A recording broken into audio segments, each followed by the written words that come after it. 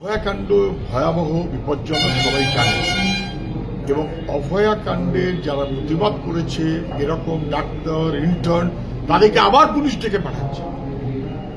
প্রতিবাদীদের বিরুদ্ধে পুলিশ, অপরাধীদের পাশে পুলিশ।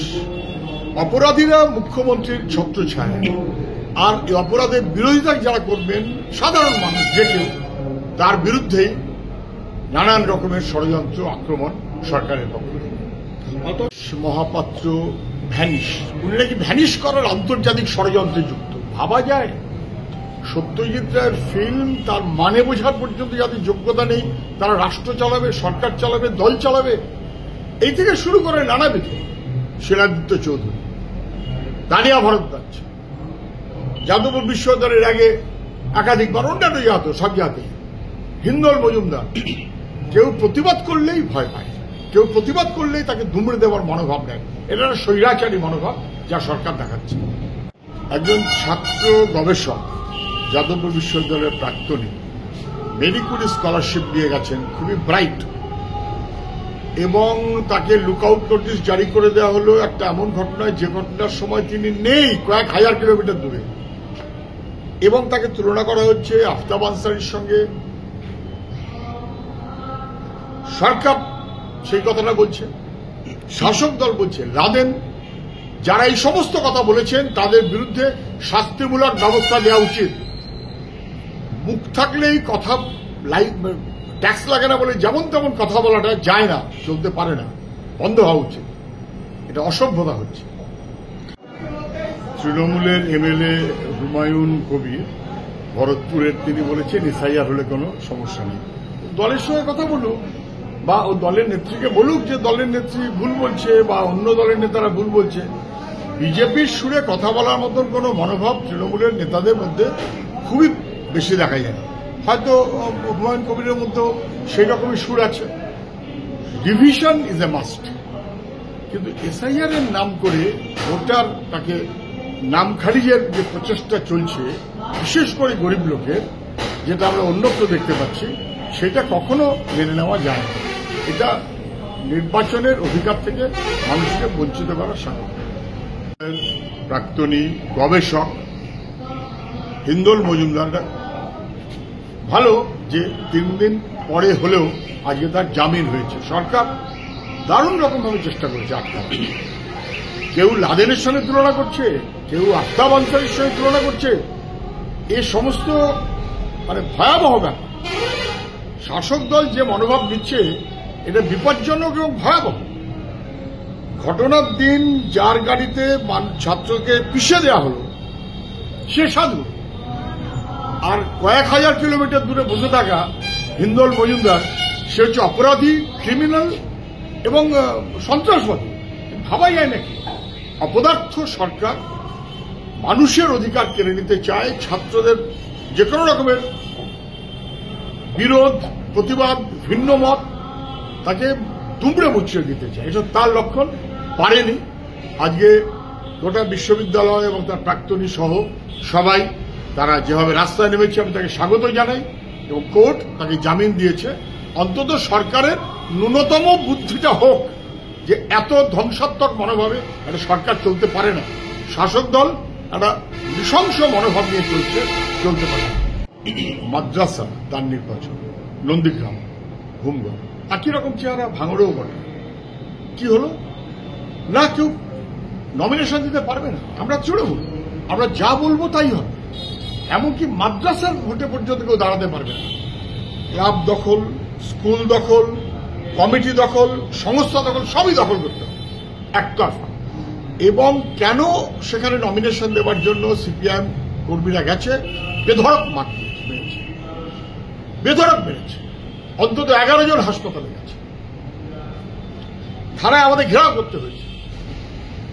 পুলিশের সাহায্য নিয়ে তৃণমূল আক্রমণ করতে যাতে কেউ নমিনেশন দিতে না পারে। এখানে সিপিআইএম, বিরোধিতা করা যাবে না। আবার ভাঙড়ে আইএসএফ, না বিরোধিতা করা যাবে না। ফলে সিপিএম হোক, আইএসএফ হোক, প্রতিবাদী হোক, অন্য কেউ হোক, কোন রকমের বিরোধিতা করা যাবে না। জবরদস্তি দাপট দেখিয়ে একতরফা আমাদের মতন করে চলবো, স্বৈরাচারী মনোভাবের নামান্তর। নন্দীগ্রামে যা চলছে লোকে দেখতে পাচ্ছেন, বুঝতে পারছেন। এমনকি মাদ্রাসার নির্বাচনে পর্যন্ত কেউ বিরোধিতা করতে পারবে না, ওরা যা বলবে পাস হতে পারবে। তৃণমূলে আপনি অনুব্রত মণ্ডল মার্কা লোক বেশি পাবেন। যত বেশি কুকথা তত বেশি তৃণমূলের নেতা, যত বেশি লুট, যত বেশি তোলাবাজি, তত বড় তৃণমূলের নেতা, বেআইনি সম্পদ তৃণমূলের নেতা। এবং এই সমস্ত অপরাধী যারা, তাদের জন্য 7 খুন মামলা, তৃণমূলের লোক হলে 7 খুন মামলা। পুলিশকে যে ভাষায় যে কথা বলেছে, তারপরে পুলিশ চুপ, পুলিশের পরিবার চুপ, পুলিশের মঞ্চ চুপ, সবাই চুপ। আজ এতদিন পর শেষ পেশটাকে লুকিয়ে চুরিয়ে গিয়ে কিশোরটাকে জামিন টামিন কিনে এসেছে। ভাবা যায় অপরাধীদের পাশে সরকার, এবং যত গালাগালি করবে, বেআইনি কাজ করবে, তত বড় তৃণমূলের নেতা। এই অনুব্রত মার্কা বাহিনী, এরাই হচ্ছে তৃণমূলের সম্পদ। এখানে গেছে স্বাভাবিক দাবি, হকের চাকরি কেন তাদের থাকবে না? কেন সরকার দুর্নীতি করে মানুষের যোগ্যতা তাকে বাতিল করে দিয়ে, মেধা তাকে বাতিল করে দিয়ে, তাদের চাকরি খারিজ করে কার্যত শিক্ষাকে ধ্বংস করছে? স্বাভাবিক, এই প্রতিবাদটা হবারই কথা, স্বাভাবিক। কিন্তু সেইটা করতে দেবো না, মিছিল করতে দেবো না, প্রতিবাদ করতে দেবো না, মুখ খুলতে দেবো না, আপত্তি করতে দেবো না। এবং করলেই পুলিশ ডান্ডা মারবে, লকআপে নিয়ে যাবে, এবং তারপর ওরা মিছিল করবে, সেটাকে পারমিশন দেবো না। এবং সেটাকে বন্ধ করার জন্য নানান রকম ভিডিও টিডিও আনাদানা করে কাকে একটা ধরে নিয়ে চলে এসছে, রেজাউল বা কিছু একটা নাম ধরে নিয়ে চলে এসছে, এবং তার বিরুদ্ধে বিস্ফোরক সমস্ত সেকশন, অভিযোগ যা, তার কোনো বাস্তবতা নেই, সারবত্তা নেই। এবং মানে এটা কি মানে আর্মি নেমেছে, মিলিটারি নেমেছে? আগে কার্যত কোর্ট স্পষ্ট ভাষায় বলেছে, এটা তো একটা অসভ্যতা হচ্ছে। এটা ঠিক যে কার্যত পুলিশ আইনের শাসন এ রাজ্যে নেই। পুলিশ যে আইন বোঝে বা জানে, সংবিধান যা বলে, সেই শাসন নেই। শাসকের আইনে যদি পুলিশকে চলতে হয়, তাহলে একের পর এক ভুল, ভ্রান্তি এবং বেঠিক কাজ হচ্ছে। কোর্ট আগে স্পষ্টত জানিয়ে দিয়েছে। পক্ষ থেকে, বিশেষ করে তৃণমূলের পক্ষ থেকে তারা মামলা করেছে কোর্টে। সেই কোর্ট যা বুঝবে, মামলায় যা উত্তর দেবার বা যা বিবেচনা করার করবে। কিন্তু রিভিশন ভোটার লিস্টে তার অংশ হিসেবে ব্লক লেভেল অফিসার নিয়োগ করে নির্বাচন কমিশন, এবং তার পরিপ্রেক্ষিতে রাজনৈতিক দলগুলো block level booth level agent নিয়োগ করে।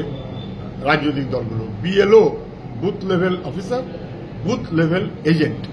এ তো বরাবর, এটা নতুন কোনো কথা না। সাধারণ রিভিশনের সময় তো তা করা হয়, যেমন নির্বাচনের জন্য, এবং সারা বছরই রিভিশনের কাজ চলে। এসআইআর করাটা বেশি, মৃত মানুষের নাম বাদ দিতে হবে, নর্মালি রিভিশন হতেই পারে, হওয়া উচিত। নাম যুক্ত হবে, রিভিশন হওয়া উচিত। কিন্তু নাম যুক্ত অথবা মৃত মানুষের নাম বাদ দেওয়া না, অসৎ উদ্দেশ্যে ভোটারের নাম বাদ দেওয়ার জন্য এসআইআর যেভাবে করা হচ্ছে, তার বিরোধিতা আমরা সবাই করব। কিন্তু রিভিশনের কাজে এজেন্টের নাম, বুথ লেভেল এজেন্টের নাম হলে জেনে যাবে প্রতিপক্ষ। প্রতিপক্ষ জেনে গেলে বিপদ হয় তৃণমূল বিরোধীদের, কারণ তৃণমূল তার উপরে ডান্ডা চালায়, আর এখন তৃণমূলই কোর্টে গেছে।